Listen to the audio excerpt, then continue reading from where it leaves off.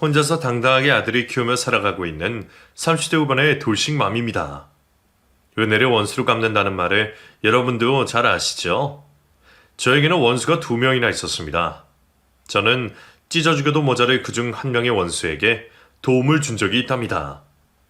제가 마음이 넓고 착해서 도움을 준 건 아니고 원수는 원수지만 불쌍해서 도와준 것인데 원수가 그것을 은혜로 갚아주었습니다. 그래서 오늘은 평탄하기만 하던 제 삶에 어쩌다 원수가 2이나 생기고 또 어쩌다 원수를 도와줘서 은혜를 받게 되었는지 이야기해 보려고 합니다. 이렇게 듣기만 해도 제 이야기 너무 재밌을 것 같지 않나요? 저도 여러분들에게 재미있는 저의 이야기를 들려드릴 생각을 하니 벌써부터 신이 납니다.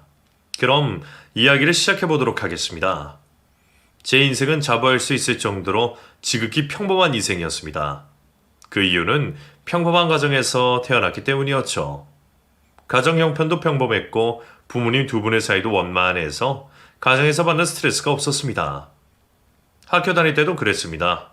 성적도 아무리 못해도 중간을 유지했었고 친구들과의 관계도 아주 원만했었죠. 대학도 제 수준에 맞는 곳에 진학을 했었고 회사도 그럭저럭 부끄럽지 않은 곳으로 갈 수 있었습니다. 늘 보통이고 평범한 삶을 살아서 그런지 저는 제 스스로가 이 세상의 주인공이 아닌 조연 정도라고 생각을 했었습니다.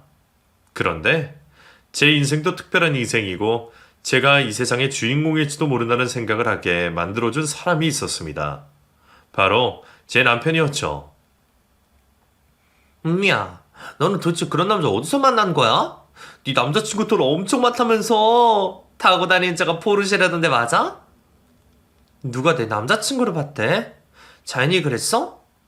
근데 오빠 차 그거 말고는 3대 더 있어. 대박이지. 여행 가서 우연히 만난 건데 그때만 해도 나랑 오빠랑 연애하게 될 줄 상상도 못했어. 여행지에서 만난 제 남편은 돈이 엄청 많은 사람이었습니다. 제가 평생 부족함 없이 살아서 그런지 사실 돈 욕심이 그렇게 많지 않았었거든요. 그냥 평생 지금처럼만 살아도 충분하겠다는 생각을 하면서 살았었죠. 그런데 돈이 많은 남편을 만나니 확실히 돈이 좋긴 좋구나라는 걸 느꼈습니다. 친구들의 부러움을 한눈에 받아서 그런지 돈 많은 남자를 만나는 제가 특별해지는 것 같은 느낌이 들었었거든요. 근데 오빠 하는 일이 정확히 어떻게 돼? 엄마랑 아빠한테 오빠 인사시켜드릴 거라고 하니까 정확히 어떤 일 하는 사람이냐고 묻더라고. 근데 내가 거기서 대답을 못하니까 엄마 아빠가 걱정을 너무 많이 하시더라. 오빠 외국계 금융회사 다닌다고 말했었잖아. 내가 말해도 은미 너는 알아듣기 힘드니까 내가 장모님이랑 장인어른 직접 찾아뵙고 정확히 어떤 일 하는지 말씀드리면서 안심시켜 드릴게. 걱정시켜서 미안해. 남편이 금융 쪽 일을 하면서 자수성가를 했다는 사실 정도만 알았지 남편이 정확히 무슨 회사에서 어떤 일을 하는지는 몰랐습니다. 남편이 제가 들어도 모르는 일이라고 해서 굳이 깊게 파고들지 않았어요. 그리고 그땐 제가 어려서 그랬는지 당사자들만 서로 좋다고 하면 결혼하는데 다른 문제는 없을 거라고 생각했습니다. 하지만 시모를 만나고 제 생각이 잘못된 생각이라는 걸 깨달았죠. 솔직히 나는 너네들 결혼 안 했으면 좋겠다. 만난 지 아직 2년밖에 안 됐다면서? 2년 만나서 서로에 대해 알면 얼마나 더 안다고 섣부르게 결혼을 하니? 좀 더 만나보다가 아니다 싶으면 헤어지고 그때도 죽고 못 살 것 같으면 그때 결혼하도록 해. 엄마, 저희 서로에게 확신이 있어서 결혼하는 거예요. 이 사람이 내 사람이다 하는 그 정도의 확신이 없었다면 저 은미한테 프로포즈 안 하고 헤어지자고 했을 거예요. 엄마 제 성격 아시잖아요. 시모는 처음엔 저희 결혼을 반대하셨습니다. 그 이유는 남편과 저의 연애 기간이 짧다는 것이었는데 얼마 가지 못해 금방 본심을 드러내셨습니다. 다른 이유가 있으셨던 것이었죠. 솔직히 은민애는 우리 집이 사돈 맺기 너무 평범한 집안이니? 나는 비슷한 수준의 집안이라 사돈 맺고 싶어. 그래야 내 마음도 편하고 딸 시집 보내는 사돈들 마음도 편하지. 안 그러니? 엄마, 우리 집이 대단하면 얼마나 대단하다고 그러세요. 누가 보면 우리 집 재벌가의 집인 줄 알겠어요. 저희 집도 은민이만큼이나 평범하잖아요. 솔직히 더 자세히 들여다보면 저는 우리 집이 은미 집보다 더 못할 수도 있을 거라고 생각해요. 장인어른이랑 장모님 사이 엄청 좋으시거든요. 너 조용하지 못해? 넌 아직 내 아들이야. 왜 벌써부터 그 집 사이 행세를 하고 있니? 그래, 네 말대로 집안 그렇다 치자. 근데 네가 은미보다 잘나도 너무 잘나야지. 너 은미보다 돈 얼마나 더 벌어? 몇 배는 더 벌 거 아니야. 은미 너는 모아둔 돈이라도 있긴 하니? 시모는 잘난 아들을 평범한 저희 집안과 평범한 저에게 장가 보내시기 너무 아까우신 듯 했습니다. 그래서 저희 집안 형편과 수준을 운운하며 저희 결혼을 반대하셨죠. 하지만 시모가 결혼을 반대한다고 해서 물러설 남편이 아니었기 때문에 저희는 결국 시모에게 결혼을 허락받아낼 수 있었습니다. 은미야, 그동안 우리 엄마 때문에 마음고생 많았지? 엄마한테만 결혼 허락받으면 큰 고비 넘긴 거나 다름없으니까 이제 너무 걱정하지 말고 결혼 준비하면 매진하자. 그동안 우리 엄마가 말 심하게 했던 거 내가 대신 사과할게. 받아줄 거지? 당연하지, 오빠. 나 솔직히 마음은 너무 속상했지만 어머니 마음 이해해. 나라도 오빠같이 멋진 아들 아무한테나 장가 보내기 싫었을 거야. 아무나라니. 은미 너는 나한테 절대 아무나가 아니야. 세상 그 누구보다 특별한 사람이니까 너는 내 앞에서 당당해도 돼. 시모에게 결혼 허락만 받으면 그 이로는 일사천리로 진행이 될 줄 알았지만 우리 시모의 심술은 끝도 없었습니다. 제 마음에 안 드는 며느리인 저를 골탕 먹이시려고 그러시는 건지 정말 사람이 욕심이 많은 건지 결혼 전에 가져오라는 게 참 많으셨습니다. 은미 너 예단이나 예물은 제대로 준비하고 있니? 돈 없다는 핑계로 간수하게 생각은 아니지? 정석대로 준비해, 정석대로. 그렇지 않아도 부모님이랑 준비 중에 있어요. 어머님, 혹시 받고 싶으신 예물 같은 거 있으세요? 최대한 어머님 원하시는 걸로 준비하도록 해볼게요. 은미 너 감당 가능하겠니? 내가 뭘 갖고 싶어 하는지 알면 너 도망갈 텐데 그래도 괜찮아? 이왕 좋은 마음으로 해드리는 거 좋은 걸로 해드리면 좋죠, 어머님. 평소에 갖고 싶으신 거 있으셨어요? 갖고 싶은 것들 목록으로 정리해서 문자로 보내줄 테니까 거기서 네가 사올 수 있는 걸로 사서 가져와라. 네 시아버지랑 네 시누이 것들도 적어 보낼 테니 그 누구 거 하나라도 빠뜨릴 생각은 하지 말고. 내 말 알아들었니? 솔직히 돈은 문제가 되지 않았습니다. 제가 모아둔 돈과 부모님이 저 결혼할 때 보태주려고 모아두셨던 돈으로 충분히 시모가 원하는 것들을 쉽게 해결할 수 있었죠. 그런데 해가면 해갈수록 시모의 요구는 점점 커져만 갔습니다. 네가 사준 그 가방 말이다. 네 큰 신우가 예쁘다면서 뺏어가는 바람에 나는 한 번도 들지 못했지 뭐니. 혹시 똑같은 걸로 하나 더 사줄 수 있겠니? 내가 남 준 것도 아니고 네 신우 준 거면 그 정도는 다시 해줄 수 있지? 엄마, 그걸 왜 누나를 줘요? 은미가 엄마 쓰라고 사준 건데 그러시면 안 되죠. 누나한테 다시 돌려달라고 말하세요. 아니면 제가 누나한테 전화할까요? 너는 여자들끼리 대화하는데 끼어들지 말고 빠져라. 그리고 은미 자기 신우들한테 옷값 말고 준 게 뭐가 있니? 너랑 결혼하면 너희 누나랑 네 동생한테 당연히 명품 백 하나 정도는 해줘야 되는 거 아니야? 지금까지 제가 누나랑 유민이한테 사준 가방만 내도 몇 개인 줄 아세요? 그거면 됐지. 왜 은미한테까지 받으려고 하냐고요. 사람들이 염치가 있어야죠. 중간에서 남편이 알려주지 않았더라면 저는 시댁예물 사다 바친다고 모아둔 돈을 결혼 전에 다 써버렸을지도 모른다는 생각이 들었습니다. 솔직히 저도 그렇게 모자란 사람이 아닌데 이렇게까지 하면서 결혼을 하려고 하니 살짝 억울한 마음이 들었습니다. 결혼 준비 과정에서 제가 힘들어하자 엄마가 이렇게 말씀해 주셨습니다. 은미야, 너희 시어머니 때문에 힘들겠지만 조금만 참어라. 그래도 네 신랑은 끝까지 네 편 들어주지 않았니? 그게 얼마나 복인지 알아? 지 마누라 편도 못 들고 지 엄마 편 든다고 바보 같은 짓 하는 남편들이 세고 셌어. 그리고 인구는 너한테 아낌없이 주잖아. 그걸 생각하면서 너희 시댁에 그 정도는 해줘도 된다고 생각해버려. 뭐든 좋게 생각하자꾸나. 엄마 말이 맞았습니다. 시모 때문에 억울하기는 했지만 생각해보면 남편은 늘 제 편이었고 남편은 저에게 아낌없이 주었기 때문에 제가 시모에게 갖다 바쳤던 것들을 아까워해서는 안 됐습니다. 결혼식을 올린 후에는 저에게 언제 그런 일이 있었냐는 듯 행복했습니다. 그 이유는 자신들의 가족과 다르게 별종처럼 착한 남편 덕분이었죠. 은미야, 너 회사에 일 그만둔다고 말했어? 은미 너 퇴사하면 우리 유럽 여행 다녀올까? 너 대학교 졸업하고 유럽 가고 싶었는데 바로 취업해서 못 갔다고 했잖아. 이번에 오빠랑 가자. 오빠도 아직 유럽은 못 가봤거든. 오빠가 일 그만두라고 했지만 그러기엔 어머니 눈치도 보이고 오빠 혼자만 일하게 하는 것도 마음 쓰여서 아직 회사 알바 못했어. 우리 엄마 눈치 볼 필요도 없고 나한테 미안해하지 않아도 되니까 당장 일 그만둬. 내가 내 와이프 먹여 살린다는데 누가 뭐라고 해? 저만 생각해주는 남편 덕분에 저는 결혼하자마자 회사를 그만두고 전업주부가 되었습니다. 대학 졸업 후 한 번도 쉰 적이 없던 제가 전업주부가 되어서 행복이나 보람을 느낄 수 있을까 싶었지만 매일 새벽같이 일어나 늦은 시간에 귀가하는 남편을 뒷바라지해주며 사는 전업주부의 일상도 그리 나쁘지 않았습니다. 남편과 저의 결혼 생활은 저희 친정 부모님들 사이만큼이나 평범하고 평화로웠습니다.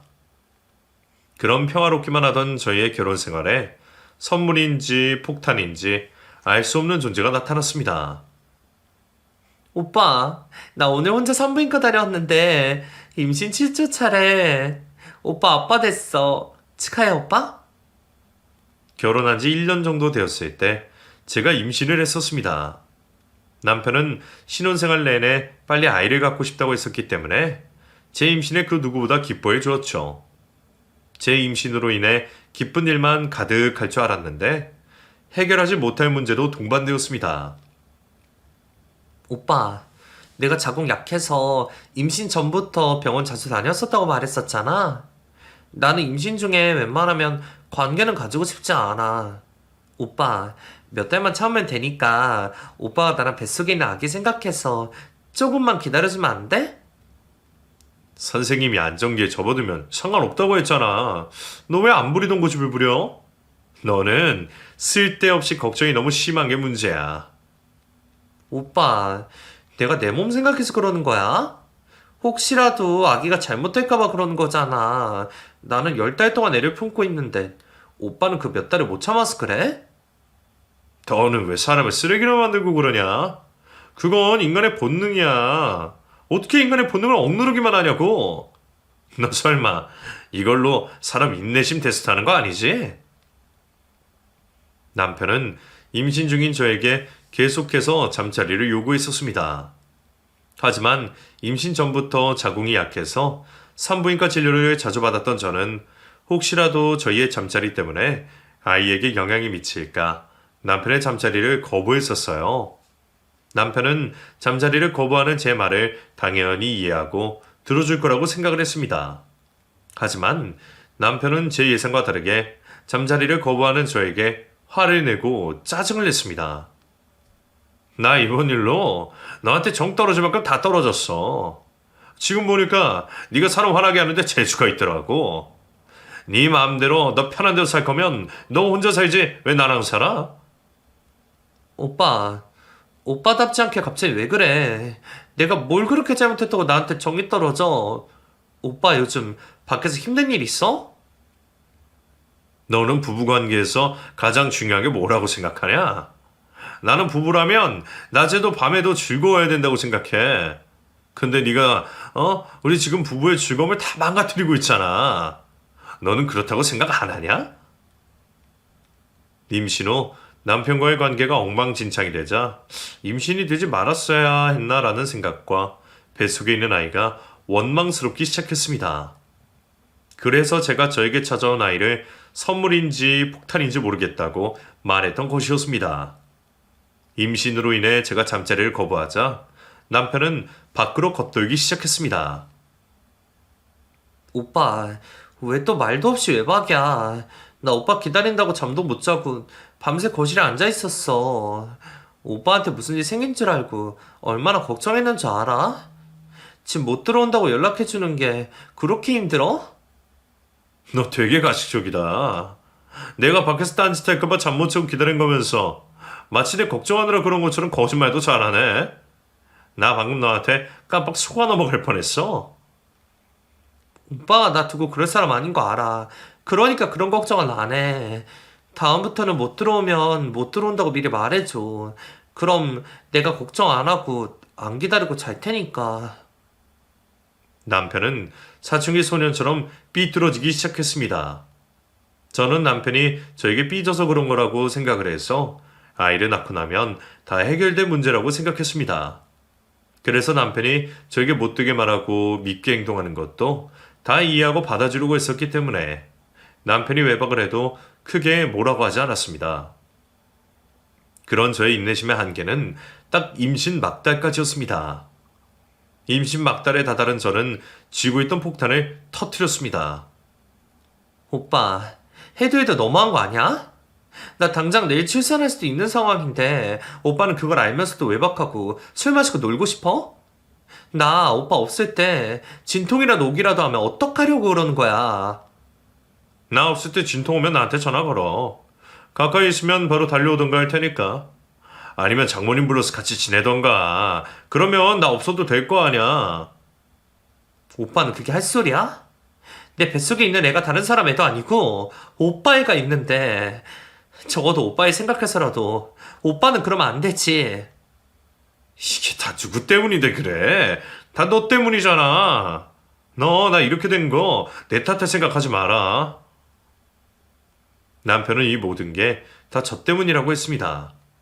저는 도대체 제가 뭘 그렇게 잘못을 해서 남편에게 이런 취급을 받아야 되는지 이해가 되지 않았습니다. 잠자리 거부해서 그래? 내가 임신 중에만 참아달라고 했었잖아. 그게 그렇게 어려워?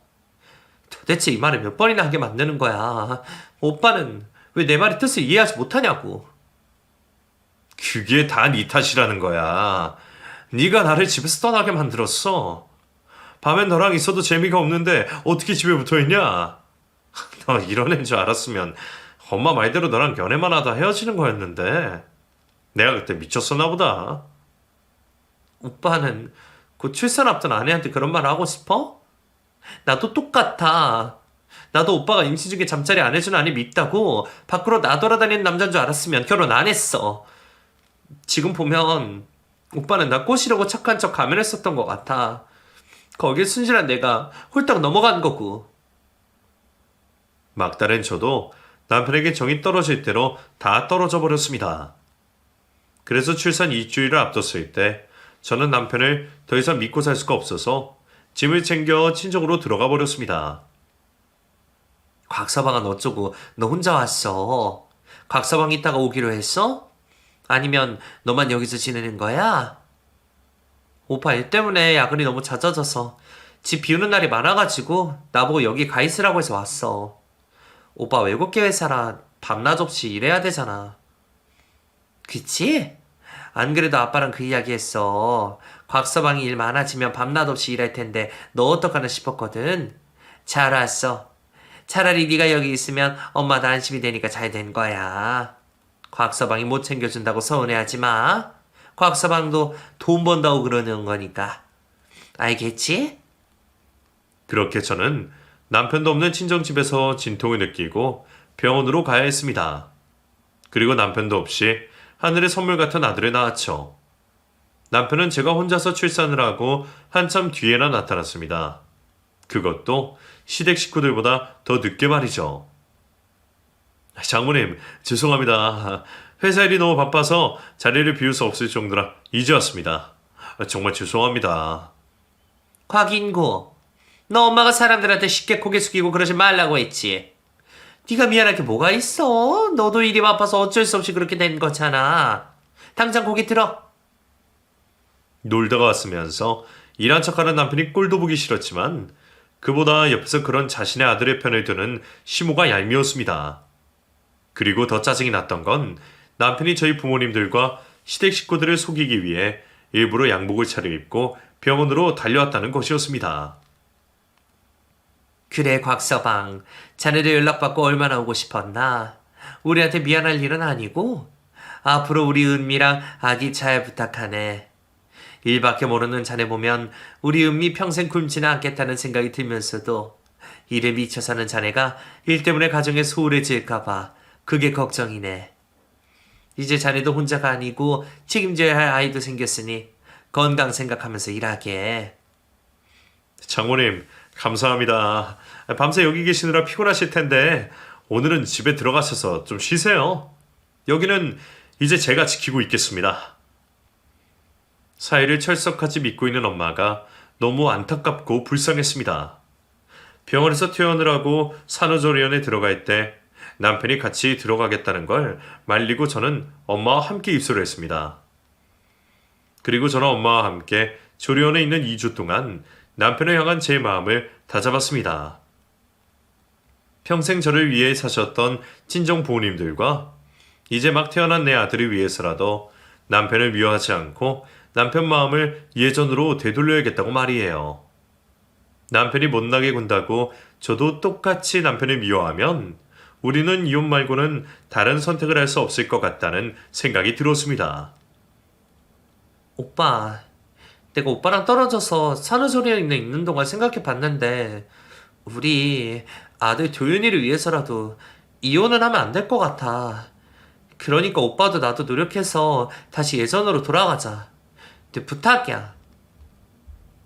네 말 무슨 말인지 알겠으니까 더 이상 이야기 꺼내지 마.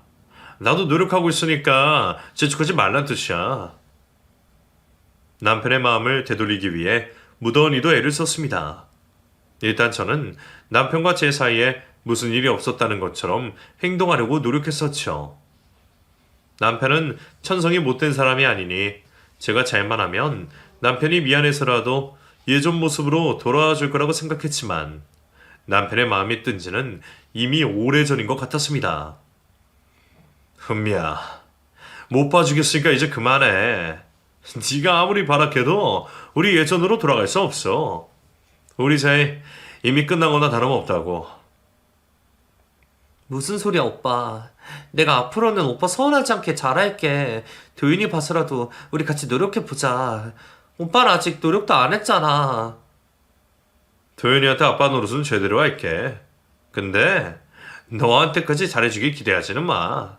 그리고 은미야, 그냥 우리 아들 잘 키워놔줘. 그렇게만 해주면 내가 그거에 대한 보답은 제대로 해줄게. 도윤이가 오빠 아들이야? 도윤이 내 아들이야.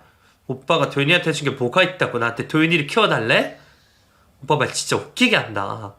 누가 보면 진짜 오빠가 낳아낸 줄 알겠어. 참다 못한 저는 결국 친정엄마를 찾아갔습니다. 너무 힘들어서 누구에게 털어놓고 싶긴 한데 털어놓을 사람이 친정엄마 말고는 없었어요. 사실 엄마가 남편을 너무 믿고 있었기 때문에 제가 말을 해도 제 말을 믿지 않을까봐 걱정했는데 다행히 엄마는 딸인 제 편을 들어주셨습니다. 은미야, 곽서방 딴 여자 생긴 거 아니니? 도윤이도 태어나고 네가 그렇게까지 했는데도 곽서방 정신 못 차리는 거 보면 바람난 거 같아. 곽서방 잘 때 몰래 휴대폰 좀 확인해봐. 엄마의 말을 듣기 전까지 저는 남편이 바람을 피운다고 의심조차 하지 않았습니다. 그건 정말 쓰레기들이나 하는 짓이라고 생각을 했었죠. 엄마의 말을 듣고 보니 남편이 그렇게까지 저를 거부하고 거리를 두는 데는 다른 이유가 있었을지도 모르겠다는 생각이 들었습니다. 그래서 저는 용기를 내어 남편의 휴대폰을 뒤져보았습니다. 오빠, 이게 다 뭐야? 오빠 정말 나 몰래 뒤에서 바람 피우고 있었어? 그것도 나 도윤이 임신했을 때부터. 어떻게 인간이 그런 짓을 할 수가 있어? 아씨, 너 나 몰래 내 휴대폰 뒤져봤어? 너 손버릇까지 나빴네. 아무리 부부여도 서로의 사생활을 지켜줘야지. 지금 그게 중요한 게 아니잖아. 아내 임신하면 밖에서 헛짓거리하는 남편들 많다고 할 때도 나는 오빠만큼은 그러지 않을 거라고 믿었는데 오빠도 그런 쓰레기 남편들이랑 다를 게 하나도 없었네. 배신감이 치밀어 올랐습니다. 남편이 저 몰래 바람을 피우고 있다는 사실도 충격이었는데 그 시점이 제가 아들을 임신했던 시점이었다는 게 더 충격이었습니다. 이왕 이렇게 된 거 솔직하게 말하자면 도윤이만 아니었으면 진작에 나보고 이혼하자고 했을 거야. 근데 너도 알게 됐으니 이제 솔직하게 말할게. 나 지금 만난 애랑 조만간 집 합칠 생각이야. 오빠, 내가 시간 줄게. 그리고는 모른 척 해줄 테니까 그 여자랑 정리해. 나 오빠 방황하는 거 한 번 정도는 눈 감아줄 수 있어. 없던 일을 해줄 수도 있다고. 그러니까 하루라도 빨리 정리해서 돌아와. 내 마음 변하지 않을 거야. 너도 알잖아. 나 한 번 저간 마음 절대 안 바꾼다는 거. 너 도현이 임신했을 때 내가 얼마나 외로웠는지 알아? 그럴 때 내 외로움을 달래준 여자가 이 여자라고. 나 이 여자한테 정착하기로 했어. 남편이 저와 이혼을 생각하길래 저는 허겁지겁 남편에게 용서를 해줄 테니 상간녀와 정리를 하라고 했습니다. 사실 마음은 용서가 안 됐지만 그렇게 해서라도 남편을 붙잡고 싶었습니다. 그리고 이 집 내 집인 거 알지? 시간은 네가 나한테 줄 게 아니라 내가 너한테 줘야 되는 거야. 시간 넉넉하게 줄 테니까 짐 싸서 나가줘. 지금 나가면 도윤이랑 같이 나갈 수 있게 해줄게. 그게 아니라면 도윤이 나한테 뺏기게 될 거야. 지금 도윤이 가지고 나한테 협박하는 거야? 오빠 그러고도 도윤이 아빠라고 할 수 있어? 도윤이 가지고 협박하는 거 아니고 도윤이 정말 내가 키우고 싶지만 너한테 어느 정도 미안한 마음이 있어서 너한테 먼저 기회를 주려고 하는 거야. 넌 나한테 고마워해야 돼. 남편은 지금 집을 나가지 않으면 아이를 뺏어 버릴 거라고 했지만 저는 끝까지 지어서 버텼습니다. 남편이 제 아이를 뺏어가 버릴까봐 무섭기는 했지만 제가 그 집에서 나가서 갈 곳도 없을 뿐더러 남편이 저에게서 제 아들을 뺏어갈 이유가 없다고 생각했습니다. 제가 나가지 않고 집에서 버티자 남편이 강수를 뒀습니다. 바로 상간녀를 저희 집으로 데리고 오는 곳이었죠. 오빠, 진짜 미쳤어? 여기가 어디라고 이 여자를 데리고 와. 나 죽는 꼴 보고 싶어서 그래? 오빠가 진작에 나가라고 했었다면서요? 그러게 오빠 말을 들었으면 이런 더러운 꼴 볼 일 없었을 거 아니에요. 오빠 성격 잘 아시면서 왜 버티고 있으셨어요? 상간녀는 저희 집으로 들어오더니 소파 정중하게 자리 잡고 다리를 꼬고 앉아 저를 가소롭다는 듯이 바라보았습니다. 저는 본능적으로 바로 제 아들을 끌어안았습니다. 그 아이 제가 잘 키워드릴 테니까 두고 나가세요.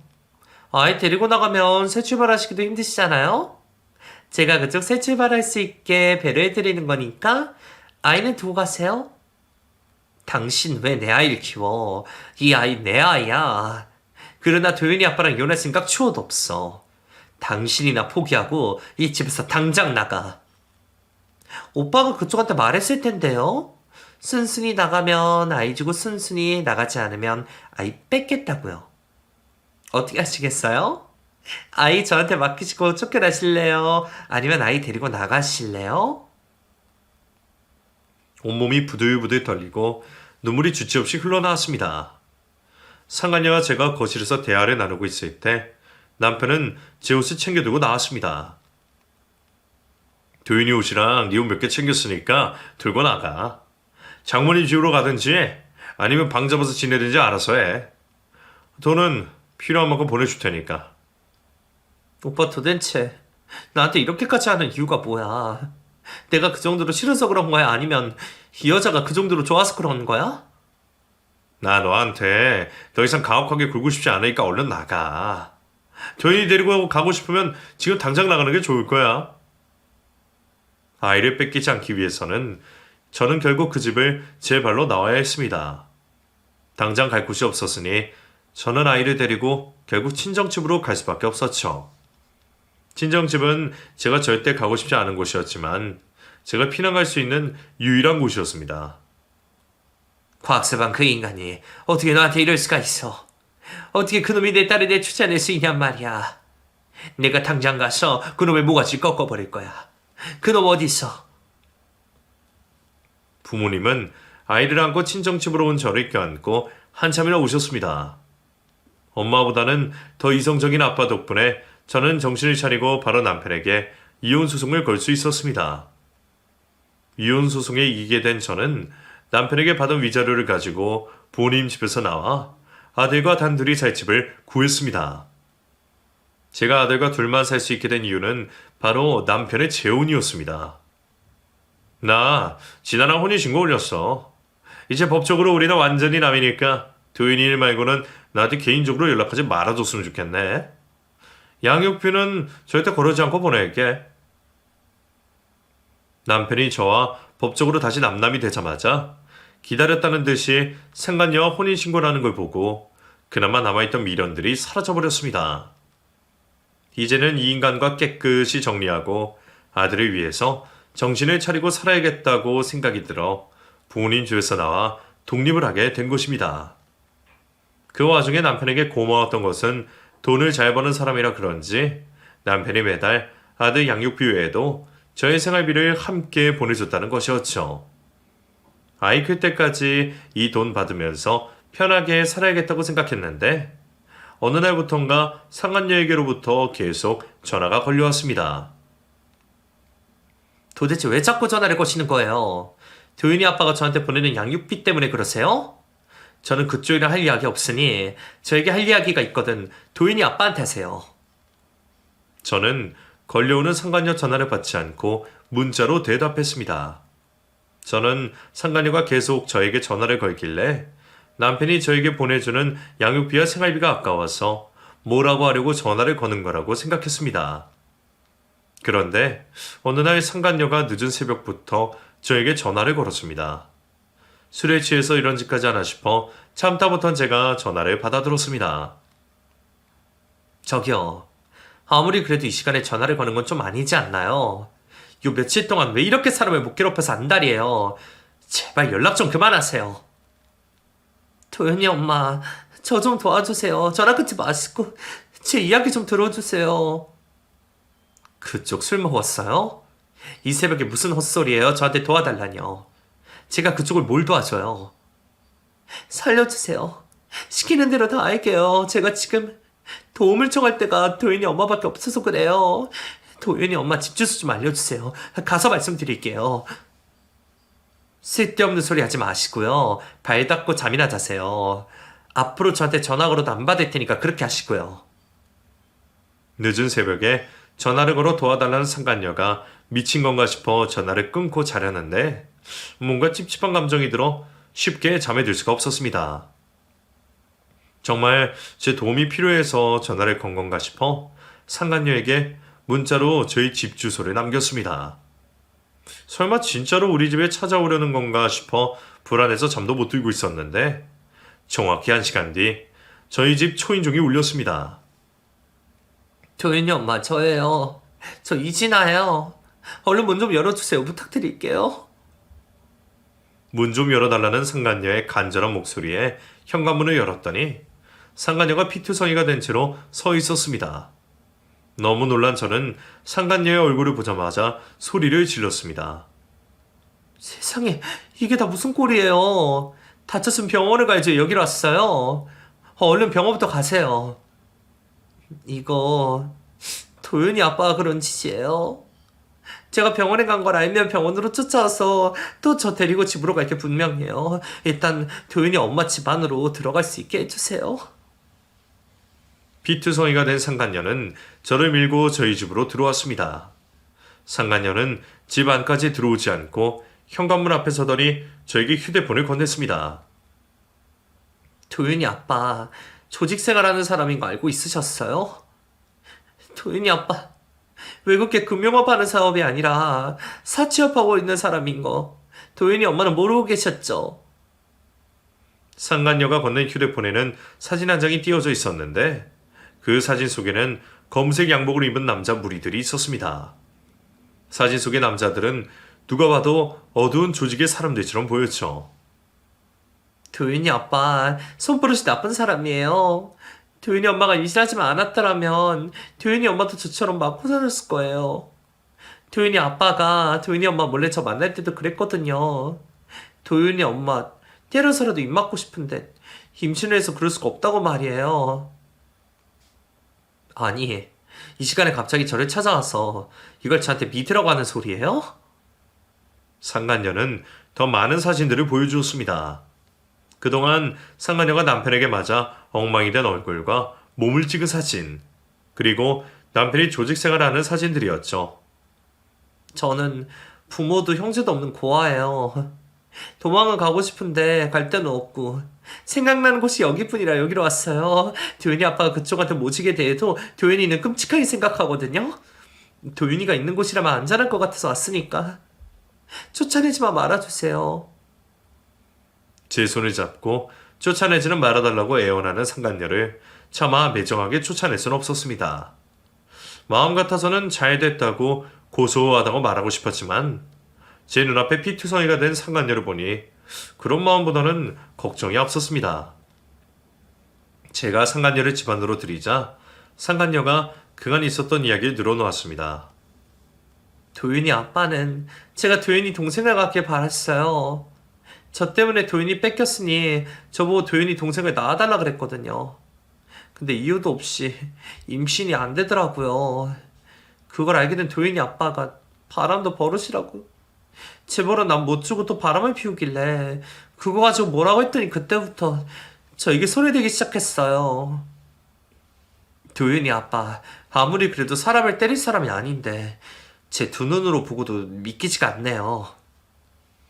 제 생각엔 도윤이 엄마는 가족이 있어서 쉽게 손에도 대지 못한 것 같아요.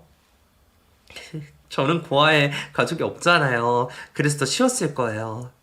도망갈 곳도 돌아갈 것도 없었으니까요. 상간녀의 사정만 들으면 딱 하긴 했지만 저를 내쫓아낸 여자라고 생각하면 제가 상간녀를 데리고 있을 이유가 없었습니다. 그런데 자꾸 제 앞에서 불쌍한 자신의 처지를 이야기하는 상간녀 때문에 마음이 약해져만 갔습니다. 제가 상간녀를 데리고 있다는 걸 알게 된 남편이 저를 찾아왔습니다. 이진아, 다시 나한테 돌려줘. 걔 거기 있으면서 나 신고하게 되면 나 바로 깜빵 들어가게 될 거야. 그렇게 되면 매달 보내줬던 도윤이 양육비랑 당신 생활비 못 주게 되는데 당신 그래도 괜찮아? 바로 감옥에 들어가게 된다니? 그거 말고 또 무슨 잘못을 저지른 게 있어? 당신이랑은 이혼했으니까 당당하게 말할게. 사실 나 전과자야. 전과가 많아서 한 번만 더 사고 치면 그땐 진짜 끝이야. 그러니까 이진아가 신고 못하게 그 집에서 내쫓아. 그렇게만 해주면 내가 내 명의로 된 아파트 당신한테 하나 줄게. 돈을 떠나 아들만 생각하면 남편을 도와주는 게 맞았습니다. 아들의 아빠를 감옥에 보낼 수는 없었으니까요. 하지만 그렇다고 해서 갈 곳 없는 불쌍한 여자를 집에서 내쫓을 수도 없었습니다. 그래서 다른 방법을 생각해냈습니다. 나랑 내 아들 쫓아낸 여자 뭐가 좋다고 제가 보호하고 데리고 있겠어요. 당신 여기 있는 거 저 정말 불편하니까 당장 이 돈 들고 나가주세요. 이 정도 돈이면 몇 달 정도 지낼 곳 찾을 수 있을 거예요. 도윤이 아빠한테는 그쪽 어디로 갔다고 말 절대 안 할 테니까 걱정 말고 나가세요. 감사합니다. 저도 얼른 나가야지 하면서도 가진 게 없어서 못 나가고 있었는데 이렇게 챙겨주셔서 감사합니다. 이 은혜 꼭 갚을게요. 상간녀는 제 마음과 의도를 알아차린 듯 했습니다. 상간녀를 데리고 있기도 쫓아낼 수도 없었던 저는 상간녀에게 몇백을 쥐어주고 집에서 내보냈습니다. 제가 상간녀를 도와줄 수 있는 최선의 방법이었고 그 이후로는 상간녀가 알아서 헤쳐나가길 지켜볼 수밖에 없었습니다. 그리고 한참 후 남편에게서 연락이 왔습니다. 교도소에 들어가게 됐는데 할 말이 있으니 면회로 와달라는 연락이었죠. 꿀 좋다. 그렇게 성질 죽이고 착하게 좀 살지 이게 다 뭐야. 깡패인 거랑 전과 있는 거 다 속이고 나한테 장가왔으면 계속 그 가면 쓰면서 평생 좋은 남편, 좋은 아빠로 살지 이게 다 뭐냐고. 우리 도윤이한테는 나중에 뭐라고 설명할 거야. 미안해. 도윤이 생각해서라도 정신 차리고 살았어야 했는데 내가 당신 볼 면목이 없다. 그래서 말인데 당신한테 내 명의로 된 집 하나를 주려고 해. 지금 사는 집 월세라고 했지. 거기 나와서 도윤이랑 아파트 들어가서 살아. 우리 아들 아빠 없다고 무시 안 당하게 살려면 좋은 집에서 살아야지. 출처도 모르는 돈으로 남편이 산 집을 받는 게 마음이 찝찝하기는 했지만 아들을 생각하면 그 집도 양육비도 계속해서 받는 게 맞았습니다. 그래서 저는 남편이 준 아파트로 들어가 아들과 함께 새 출발을 시작했었죠. 남편이 교도소에 들어간 지 1년 정도 됐을 때 상가녀가 만나고 싶다고 연락을 주었습니다. 그땐 정말 감사했습니다. 어떻게 은혜를 보답할까 싶어서 준비했어요. 제 성이니까 거절하지 말고 받아주세요. 설마 이거 돈 뭉치예요? 그쪽이 돈이 어디 있다고 저한테 이런 걸 줘요. 가족도 없고 갈 것도 없다면서요. 이걸로 새 출발이나 하세요. 저는 도윤이 아빠한테 받은 돈 있어서 그쪽한테까지 이런 돈 안 받아도 돼요. 이거 도윤이 아빠랑 이혼하고 받은 위자료예요. 도윤이 엄마 덕분에 정신 차릴 수 있게 됐습니다. 이 돈으로 도윤이랑 잘 먹고 잘 사시길 진심으로 바랄게요. 두 모자에게 씻지 못할 상처를 줘서 정말 죄송합니다. 늦었지만 제 사과를 받아주세요. 거의 2년 만에 나타난 상간녀는 남편에게 받은 위자료라며 저에게 돈 뭉치를 건넨 뒤 사라졌습니다. 그 돈도 받는 게 영 찝찝하긴 했지만 제가 상간녀에게 받은 상처를 생각하면 그 정도 돈은 받아도 된다고 생각하고 받아두긴 했습니다. 내년이면 남편이 출소를 합니다. 시모는 남편이 나오면 저보고 살림을 다시 합치라고 했지만 저는 죽었다 깨어나도 남편과 합칠 생각이 없습니다. 누구 좋으라고 살림을 합치나요? 저는 그냥 제 인생에 원수가 더 이상 없는 걸로도 만족하며 살고 싶습니다. 앞으로도 제 인생에 원수 같은 건 생기지 않았으면 좋겠습니다. 운이 좋다면 그렇게 살 수 있겠죠? 누군가를 미워하는 감정만큼 괴로운 감정은 또 없는 것 같습니다. 여러분들은 주어진 소중한 시간 남을 미워하는 데 쓰지 마시고 사랑하는 사람들에게 사랑을 주는 시간으로 쓰시길 바랍니다. 여러분들에게 좋은 일들만 가득하길 바랄게요. 감사합니다.